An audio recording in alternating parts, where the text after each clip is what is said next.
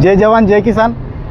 आज आम्ही छत्रपती संभाजीनगर येथे विभागीय आयुक्त कार्यालयासमोर आमरण अन्नत्याग उपोषणाला बसलेलो आहोत। या प्रशासनाने आणि या मजूर अधिकाऱ्यांमुळे शेकडो शेतकऱ्यांच्या घरावर नागर फिरण्याचं काम केलेलं आहे।